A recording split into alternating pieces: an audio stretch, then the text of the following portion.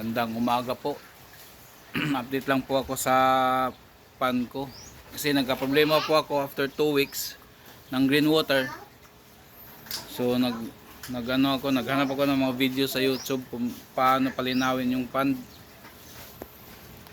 Nilagyan ko ng sunshade. Kasi sinagang po ito ng mga 4 hours. 11 to 3, 11 to 2, ana.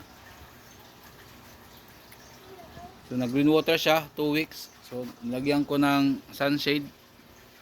At saka sa pump filter, nilagyan ko ng UV light.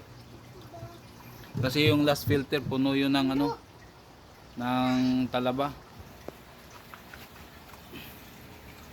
Yan. Makikita ko na po yung mga isda sa ilalim, pero hindi pa naman gaano kalinaw. Pero baka tuloy-tuloy na to. Yan mga kuya ko. So update po ako ulit kung lilinaw talaga to ng gusto. Maging crystal water. Sana nga. So yun lang.